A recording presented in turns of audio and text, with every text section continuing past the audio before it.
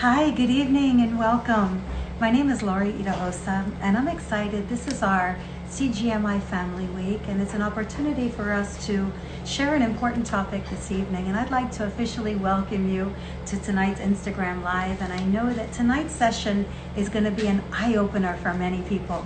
So I want you to send this video to your family, to your friends, to anyone who's a parent out there. Tonight's topic is going to be an essential topic that you need to listen to. Tonight we're going to be talking to parents, to educators, to grandparents, to caregivers, and we're specifically talking on the topic of how you can ensure your child's safety during and after the lockdown.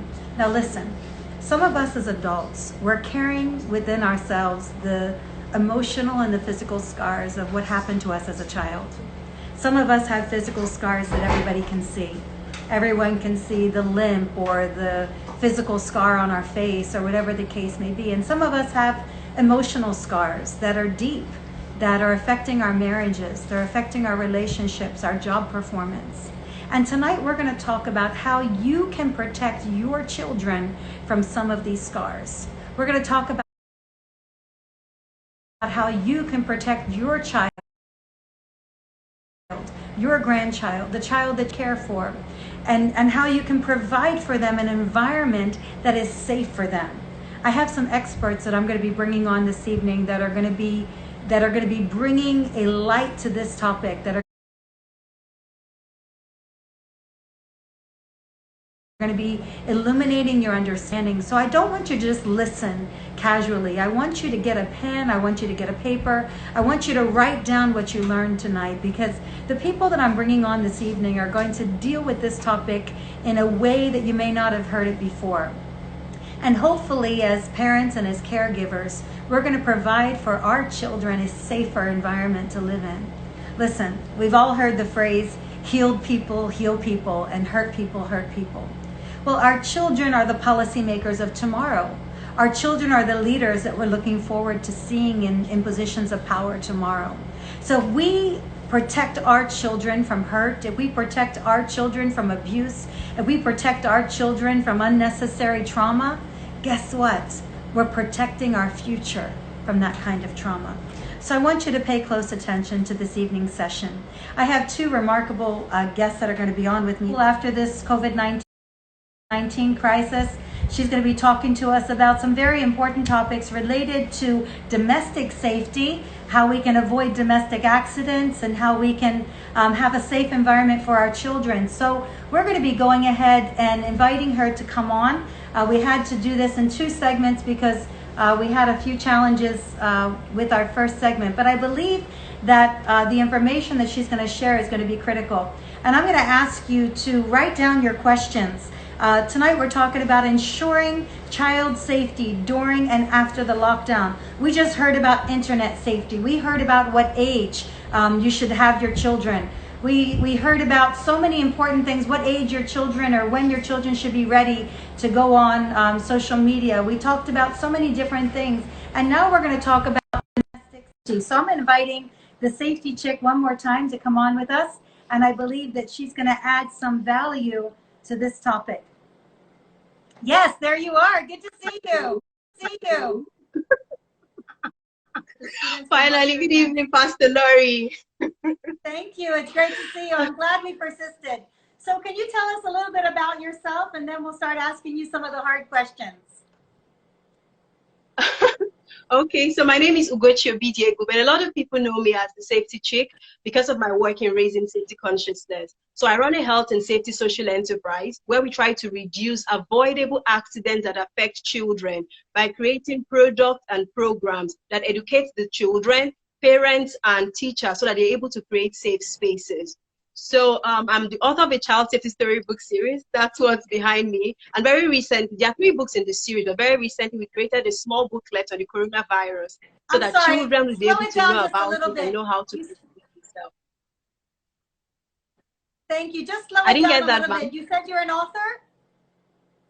Yes, I'm an author of the child safety storybook series. There are 3 in the series, and that's what's behind me. And recently we created a small booklet on the coronavirus for children because we want them to know how to stay safe, understand what is going on basically. Then I organized the annual School Safety Summit where we bring educators and safety professionals together to share knowledge. So we've done 3 editions so far. Our 4th edition will be taking place next month, 16th May. Then we organize the Train Them Young initiative where we visit schools, book clubs, summer camps, teaching children topics across fire safety, road safety, preventing molestation, managing falls, you know, everything basically. So they know how to stay safe in different emergency situations. So far that Train Them Young initiative has trained over 6,000 kids in Nigeria and in Ghana. Then what else about me? Okay, I finished from the University of Ibadan. I studied communication and language arts. Safety came up later because I lost my mom in a road safety accident. A crew and a safety officer with the airline. So sorry. Thank you. Yeah, so I just picked up this thing. I just thought, working in the aviation sector, I saw how having a safety system prevented accidents. And I felt if more people knew what to do in different situations, we wouldn't have that case where an emergency has happened and people are just confused. They don't know what to do. So that's basically why I started doing what I do. And I'm glad at the progress we've made so far. Wow, excellent. I'm really looking forward to hearing from your level of expertise on how we can have safer environments. Now, specifically, we're all home this period, and unfortunately, there's been some domestic accidents. There's been some burns, there's been some fires, there's been just some domestic accidents that have happened. And I know you want to help us understand how we can protect our children from some of these domestic accidents. Some very practical things that we can put in place that can make our homes a safer environment for children. Can you shed some light on that for us? Okay, so I'll start with saying everybody on this call, once this call is over, I would like you to walk around your home. Take a good look at your environment. How are your seats arranged? How do you keep your pot on the burner in the kitchen? What is the location of your gas cylinder? What is the location of your generator? Where do you keep cosmetics? Where do you keep medication? Where do you keep cleaning fluids? Where do you keep sharp utensils? When you look around your environment and observe it critically, you'll be able to identify things that can go wrong. Now, the first step to solving any problem is even identify that it actually exists. So when you look around your home and you see that, oh, the cables of the laptop or the extension cord are across walkways, you begin to tell yourself that, okay, something can actually go wrong here. So what can I do to stop it? And so the next thing is to have a family safety plan for different situations that can come up in the home. I learned so much from listening to Mrs. Akindolie earlier, and she touched some of the things I'm supposed to be speaking about. So I'll try not to dwell too much on the areas she has covered. So when you have a family safety plan, what is the children supposed to do if a fire starts? Where should they run to? Who should they call for help? What action should be taken? If somebody faints in the home, what should be done? If there is a burn, what should be... So when you identify the problem, you're now creating a comprehensive family safety plan so that people know what is expected at the time. We do not want a situation where an emergency has happened, and that is when you are beginning to ask yourself what to do. No, that is the time to spring to action. Now, after you have created this plan, taking into consideration the different things that could possibly go wrong, the next thing is to communicate this plan to all stakeholders. So all stakeholders here means the children, if you have living help, the drivers, the security personnel. But I must state here at this point, there are some aspects of your safety plan that should only be known to the parents and the children. Then there are aspects that should be known to the personnel that assist us. Because sometimes, for instance, in the case of preventing abuse, you should have code words with your children about certain things so that when they're able to say that to you, you understand what it means. So in that kind of a situation, that information should just be between the nuclear unit, the parent and the child. You see, but there are also situations where everyone needs to know. Say, for example, your maid, your caregiver, your nanny, you all need to know how to do CPR, not just you. Sorry, I know you might be worried about time. Sorry. I know you might be worried about time, but if you can just slow down just a little bit. Some of our listeners are trying to take notes, and that way they can grasp everything you're saying. So you just talked about having a family safety plan. You talked about going around our homes and looking at the various hazards that we might have from the position of the handle on the pot. They're going to be on with me this evening, Christianah Akindolie, and I also have another great woman who's going to be on with us, Ugochi Obidiegwu. Ugochi is popularly known as the Safety Chic, and Christiana is a very good friend of our family, and she's going to be talking to us specifically about protecting your children against sexual abuse. So I'm going to invite our guests in this evening to be a part of this session, and I believe that we're going to truly be able to learn something remarkable from them. So the first guest I'm going to invite, she's going to be introducing herself to us. That's Christiana, and I know that she has a lot to say. She's a close family friend of ours. She's very well known in the community. Hi, good evening. Hi. How are you? Hi. Oh, it's so good to see you this evening. Thank you. So good to see you too. Thank you so much for being with us. So Yeah. I know you're a family safety advocate. You talk all over the world on family safety and on this important topic that we have this evening. So I'd like to give you an opportunity to introduce yourself to our audience and tell us a little bit about your background so that they can know what to expect from your interview this evening. Hi, good evening, everybody. I'm very, very happy to be on this program. And thank you, Pastor Laurie, for this great opportunity. I started working and talking about child sexual abuse over 11 years ago. And wow. I have an NGO, Christianah Foundation, that is about over 11 years old now. And I've been using that platform to educate parents about child sexual abuse, child safety generally. I also train school teachers and even church teachers about child sexual abuse, how they can protect children from being sexually abused. My background, though I didn't start with child sexual abuse at all. No, that's not my background. But it's passion that drove me into this particular topic. I was very passionate about it. And I had somebody very close to me that was sexually abused. And back then, 11 years ago, people don't know about child sexual abuse. It was very few or one or two persons that were talking about it. And actually, it was a taboo then. So I started carrying out research. I attended trainings. I did a lot, to educate myself and to prepare myself for this journey. And it's been a wonderful journey for me because I do more of prevention, which I believe is better than cure. So I am a certified child safety advocate.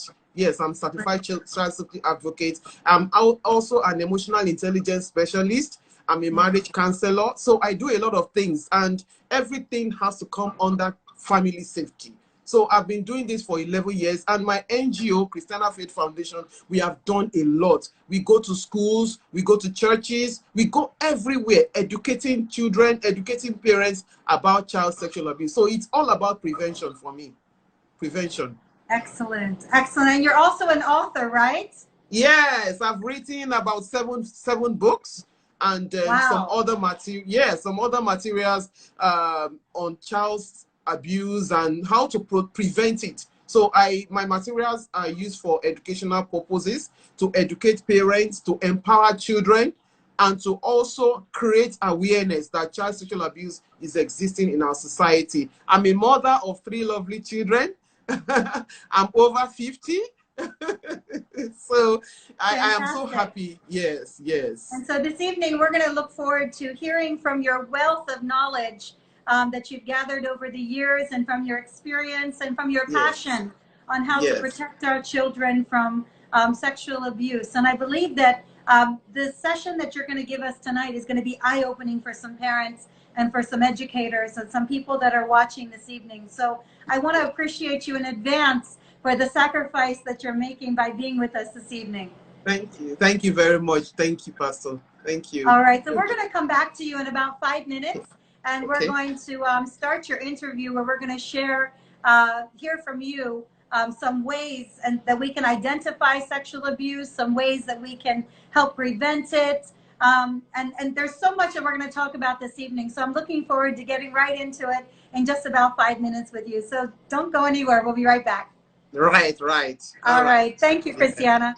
Thank you. Fantastic. So that's our sister Christiana that's going to be with us this evening. We have another guest that's going to be with us. She's the child safety chick. And so I'm going to invite her on now to make her own introduction and to tell us a little bit about herself and how she's going to shed some light for us on this important topic. Now, one of the things that she's going to talk about this evening, which I'm looking forward to, sorry, can I get some help here? Which I'm looking forward to extensively. Sorry. I think I'm on. Can you guys hear me? Are you able to hear me well? It says connecting, so I want to make sure that you're hearing me. If you can hear me, just wave, so I know that we're still live here.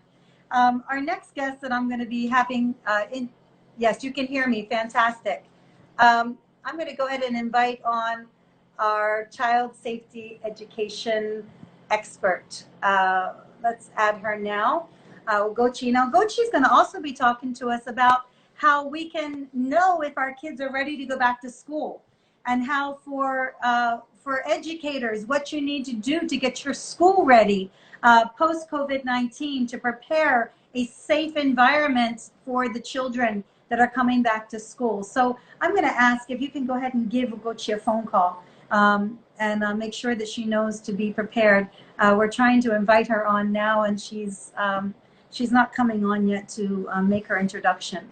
So while we are waiting for her, I'm going to have to go ahead back to Christianah so that I can respect everyone's time this evening. Can you assist me here with getting back? I need to get Christianah back. Let's see here. Go live. Oh, here we go. Great. Let me add the child safety chick, the safety chick, and give her an opportunity to introduce herself as well.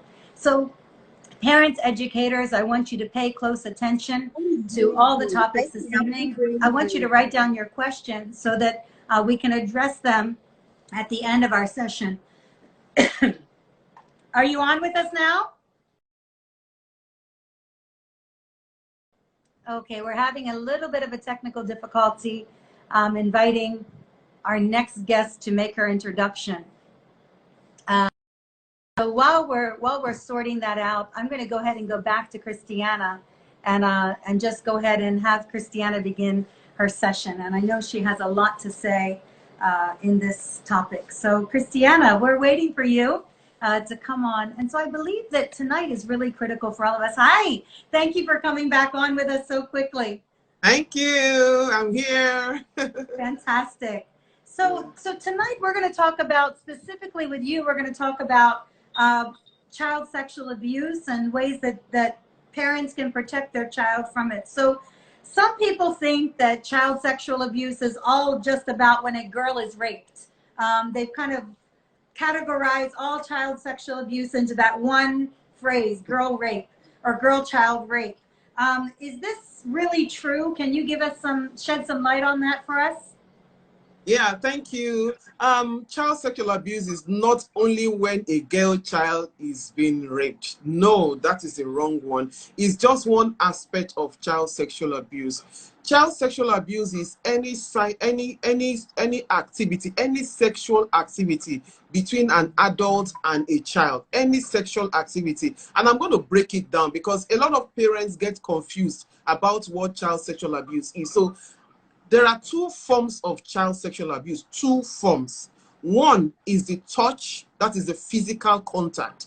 And the second one is the non-touch, that is the non-physical contact. The touch form of child sexual abuse is when there is a touch between an adult and the abuser.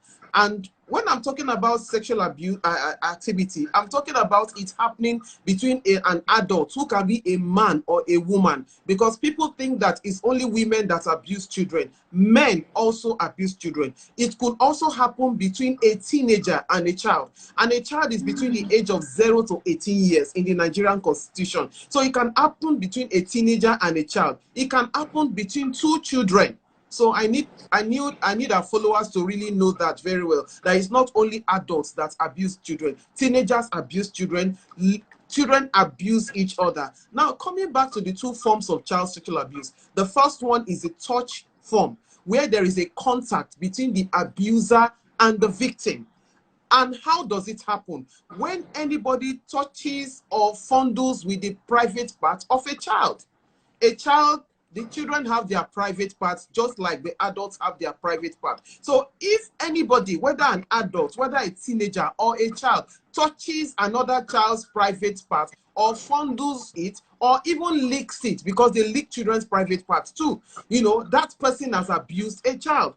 Again, when anybody asks a child to touch their own private part, that is the touch form of sexual abuse. Because some people will ask a child to touch their private part. Innocent, vulnerable children, they are being told to touch an adult or a teenager's private part.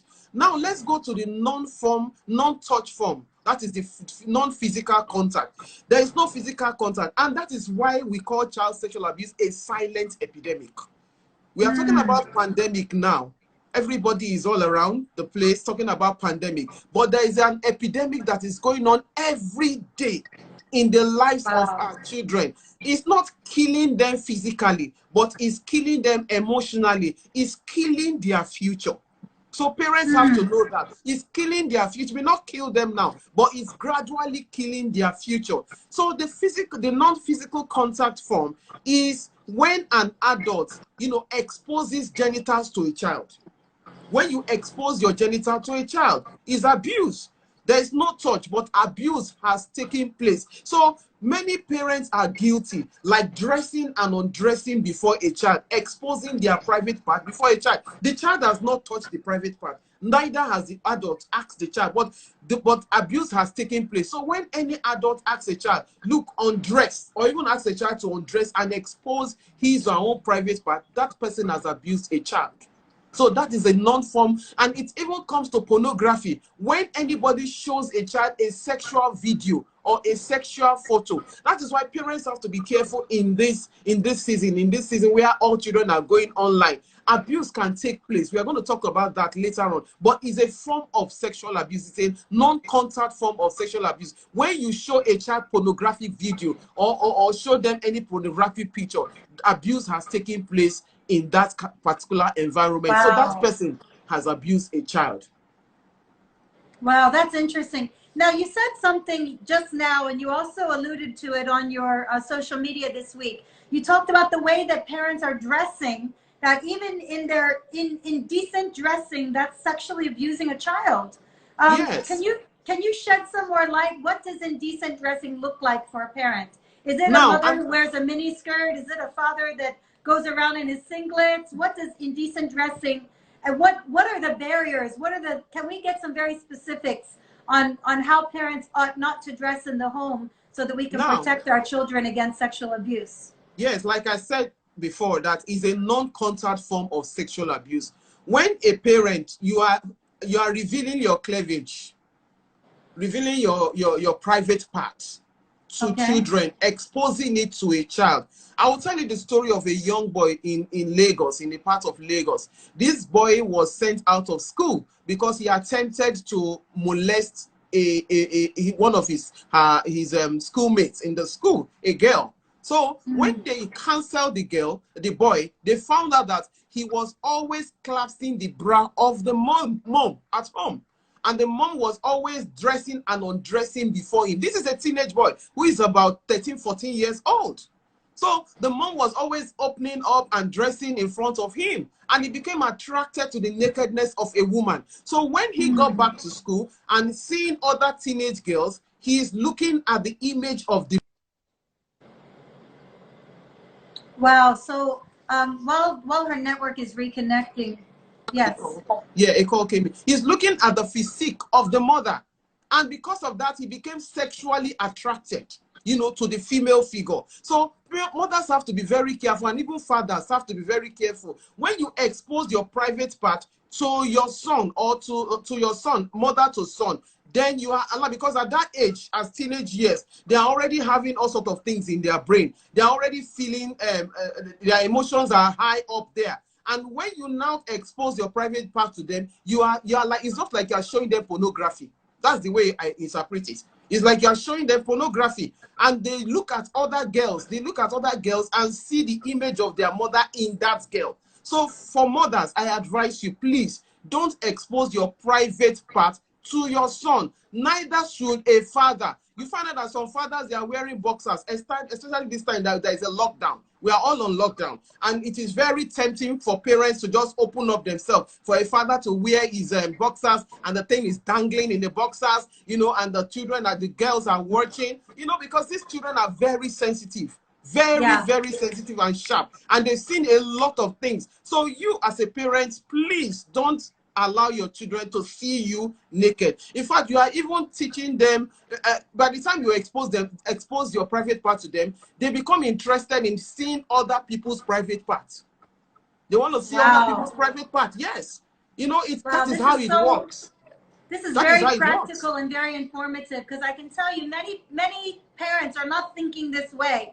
They're thinking of sexual abuse as being rape or being something very traumatic that, you know, you can label. But now you're telling us that sexual abuse can even happen in the things that we allow our children to see, by the way we dress in front of our children, by the kind of things we expose our children to, by pornography and different things like that. So I know this is enlightening for a lot of parents and a lot of grandparents and caregivers that are watching this evening. Now, there's a lockdown and children are with their parents. Do you really think that children are at risk of being sexually abused when they're with their parents, or is the risk more maybe when mom and dad aren't at home? What do you think? Where do you think the risk is really coming from? Yes, people don't know that there is a statistics. Child sexual abuse is not just, people think that it's just strangers that abuse children. No, statistics have shown that 10% of sexual abusers are strangers, 30% are members of the family, 60% are those I call friends of the family. They are people that are not family members, they are not blood relatives, and they live with the children, they interact with the children. So right now in this lockdown, I will say that children are also could be subject to abuse. Why? Because they are living with blood relatives. They are living with blood. Who are the blood relatives? 30% of sexual abusers are blood relatives. They are the father, mother, stepfather, stepmother, uncle, auntie, grandfather, grandmother, cousin, nephew, on and on. And they are living with friends of the family too. They are neighbors there. We have neighbors around. We have the house helps, you know, living with them, the minders. Some of them nannies are living with them. So because a child is surrounded by this set of people, of course, that child is exposed to sexual abuse. The main one that I really want us to emphasize on now is the sibling sexual abuse. Abuse among siblings. You know, there are some children that are grown up, like who are the uncles or who are the bigger brothers or bigger sisters. Many of them are in the university or they are in secondary school in boarding house, and they are back home because of the lockdown. Unfortunately, there is a high rate of children or grown-ups who have already viewed pornography, you know, in their school. Some of them even abuse each other in the school, you know, lesbianism and all that. And such a child comes back home, and because he or she is used to all those activities, comes back home, and the next thing is that he wants to practice. He wants to continue what he was doing in the school, and he wants to do it with the younger one, the younger brother, the younger sister. So sibling sexual abuse is something that parents need to watch out for in this lockdown. I have received so many calls because I have a helpline. I've received calls from parents. They discovered that, their older son was going into their younger children's room and was touching them and doing all sorts of sexual activities. Why? Because they have viewed pornography, and it is now time for them to expose them, to practice what they have learned. And the second aspect of abuse that is happening right now is the online abuse. Abuse. Before you go to online abuse, Ma, I'm interested in. So you mentioned sibling sexual abuse. Now, you're a parent, and you have to take care of both siblings, both the abuser and the abused. You don't have another place that you can send your older child. What do you do when you find out that there's sexual abuse among siblings as a parent that needs to keep both children and take care of both children? How does a parent deal with that? In fact, that is one of the most difficult things I usually deal with when parents call me. In fact, it's something. I call it family. It's like a family secret. Yeah. There's a book I wrote on it. It's family secrets. It happens in I tell you, it's happening a lot in families, but because they don't want it exposed, because it's something that is not palatable. How can you say, oh, my older son abused my younger daughter? You know, it's something that we don't talk about. People are they do hush hush about it, don't talk about it. So when it happens like that, most families will keep it to themselves. They will keep it to themselves. They will not want to engage any counselor or anyone. They will not want anybody to know about it. So, and because of that, the victim grows with so much bitterness in her heart or his heart. You know, and when they grow with bitterness, it becomes a problem, emotional problem for them in the future. So anything, when it happens like that, parents, please seek for help. Go to a professional counselor. It is not something to be ashamed of, because you need help for both the victim and the abuser. Because they are your children. You can't throw them away. You need help for both of them. There is always help for the abuser. There is always help for the victim. Help is provided. So don't hide it. Don't keep it to yourself, please. It's nothing to be ashamed of. A lot of families are going through it. But I want to tell you, Pastor, that there are some women who went through abuse in the hands of their older brothers. Until now, they are still having pain. They're having bitterness. I had a woman, she's about 40 years old. She called me some time ago. She said she has never told anybody. She was abused by her brother. And she was just 10 years at that time. She was raped by the brother, and the brother, after the rape, the brother never talked about it again. She did not get married because of this. She has hatred for the brother right now. Whenever they have family meetings, she doesn't talk to the brother. And the family is wondering what is going on between both of you that you cannot solve. So it's an epidemic that is happening in a lot of families. And parents, please, you need to take note of this. Don't allow your children to abuse each other, because parents are exposing their children at this time. They're exposing them to abuse at this time. Wow. And I think that even this topic is also opening up a lot of wounds, maybe even for some of our parents that are watching that are remembering some of their own sexual abuse. So I want to encourage you, parents that are watching right now, don't turn it off because it's painful. Allow this topic to help you. And at the end of today's session, we're going to take some time and we're going to pray for you and pray that God will help you through your own pain and also help you to protect your children from theirs. Now, before I interrupted you, Ma, you were speaking about internet and some things like that. I wanted to give you a chance to share that. Yes, another form of abuse that parents should watch out for is online abuse. Because right now, many schools are asking children, they are doing their homework online, doing their studies online. And it's a new thing for a lot of our children here in Nigeria. Over abroad is nothing new. But here in Nigeria, it's something new that children have to go online to study. And because of that, parents will allow them to have internet-enabled phone. So they have it with them. Oh, I'm doing my own work. Oh, Mom, I'm trying to do some research online. You know, all sorts of things. And in the process, it may not be their will to go on pornographic website, but something just pops up. It pops up, and children are very inquisitive. So they want to know what is this? What is this? And they click. And once they click and they see any pornographic video, my God, children get hooked. They just get hooked. And once a child watches it once, it just takes a second, Pastor. It takes a second for a child to watch pornography, and it enters the brain of that child.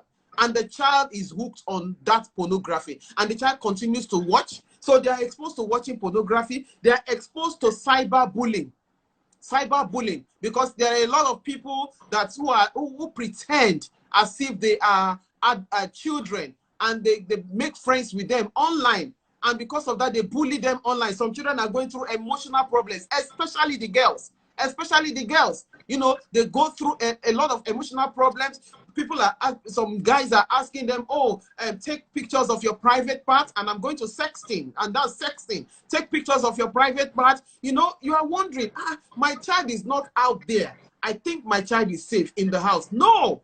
Is a different world when they get online. It's another world altogether. They are in a world of their own. And because they have given their information out there, people get to know them. They get to know them. Okay. People they don't even know, they hook up to that person. And before you know it, they start having conversations and they can be abused online through that.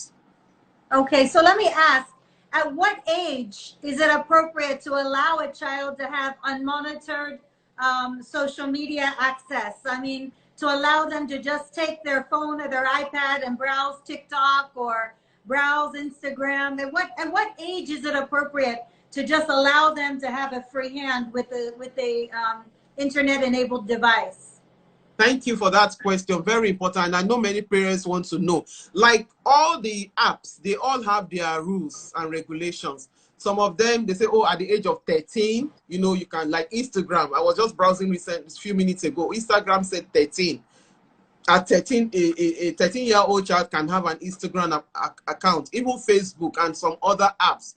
Well, they said 13, but you know your child. That's why I keep telling parents, you know the strength of your child. You know the weakness of your child. You know the maturity level of your child. You know whether your child is capable enough to resist any advances from any online predator. You know them. And one thing I tell parents, the internet is just like a knife. A knife can be useful in the kitchen, right? You can use it to do a lot in the kitchen. So also a knife can be very dangerous. It can cut, and it can cut a child. So before you give your child permission to go online, you need to educate that child about what the child may likely see. That is the mistake many parents they make. They just give a child a phone. They won't educate them and tell them that, look, there is a good side of the phone and there's a bad side of it. So you need to explain both sides to the children. Don't just give them a phone and say, oh, start using the phone. No, let them know, educate them. Let them be aware that, look, they can be harmed online. And if they are harmed online, what will they do? Have you told them? You need to let them know the steps they need to take for them to come back and inform you that, look, this is what I saw online. How to identify hurt or people that hurt children online. You need to let them know that. So for me, I will not mention a particular age, because at the age of 16, your child may not be matured enough. You know your child. You may not be matured enough to handle the internet. Some children are 16, they are already on their own. They can take decisions on their own. They are matured enough to take a lot of decisions without the parents. So it depends on the maturity level of your child and how you have brought up your child. Thank you. And I'm going to ask the safety chick when she comes on, I'm going to have her give us some specific ways and tools that we can use to protect our children with internet safety. I'm going to change gears a little bit with you because we just have a few minutes left of this interview. And then I'm going to ask you an important question. How can we as parents, how can we identify if somebody is a child molester? Because we hear about child molesters and some of us think of them as being big, scary looking monsters. But how can we identify as someone? What are the red flags? What are the things that we should look out for as parents? You know, like you said, many parents feel that, oh, an abuser is somebody that is ugly, bad looking, scary looking. No, an abuser could be a likable person, somebody that is jovial, somebody that is beautiful or handsome. It's well dressed, you know, well cultured person. Because, and one thing with abusers is that they groom children for abuse. They groom them for abuse. How can you, as a parent, identify, you know, an abuser or a predator? The first thing is that some predators, or most predators, they want to earn your trust. They make sure that they work to earn your trust. And how do they earn your trust? They come very close to you first, as a parent. You as a parent. You as a parent. They come close to you. They want you to trust them. And predators are very patient people. They could wait for 1 year or 2 years to earn your trust. Once you trust them and they have seen that trust level, they strike. They now move to the children. So parents need to be very careful. Watch out for those group of people that are always very coming close to you because of your children. You will know it, that they are coming close to you because of your children. They are trying to do everything possible to please you.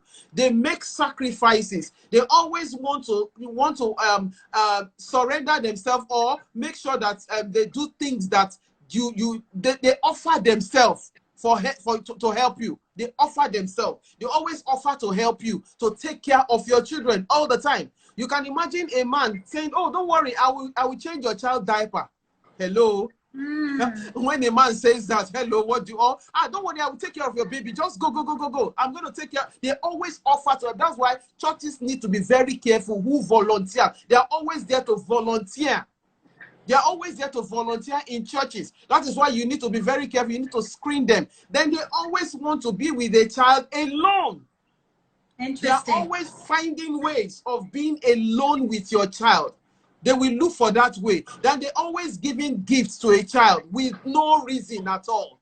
They want to always buy stuff for your child. They look at what the child likes. And that is why I need to warn parents. When an abuser, when they come to, we interviewed one abuser some years ago, and we say, how do you know you can abuse a child in the house? They said, that's very simple. Just give me like 10 minutes in that house and I will know whether I can abuse a child. I said, how do you know? Yes, they said they will watch the situation in that house. When there is no love, they will show the child love. That is why I give a shout out to parents that used to shout at their children. They yell at their children. They know that they don't affirm their children. The abuser will affirm that child.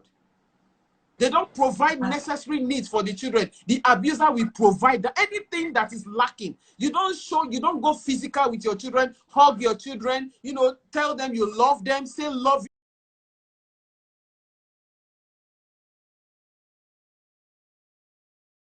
Tell them you love them, say loving words to your children. If you are somebody that is always shouting, saying negative words on your children, the abusers are watching. They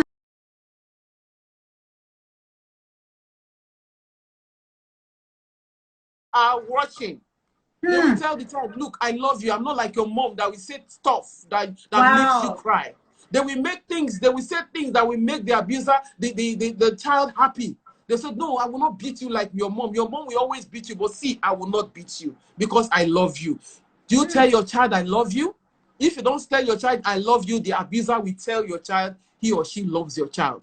And that is the way they can get your children. They can buy their love. They can get them. An abuser could be abusing two children in the same family, and both of them will not know. Both of them will not know. You know what? Yes. This is such a deep subject that I know you have so much that you can say, and even some of our viewers this evening are sharing some of their own experiences. They're asking some questions, and I'm going to ask you, Ma, that after we finish this evening session, if you can come back at the end of the session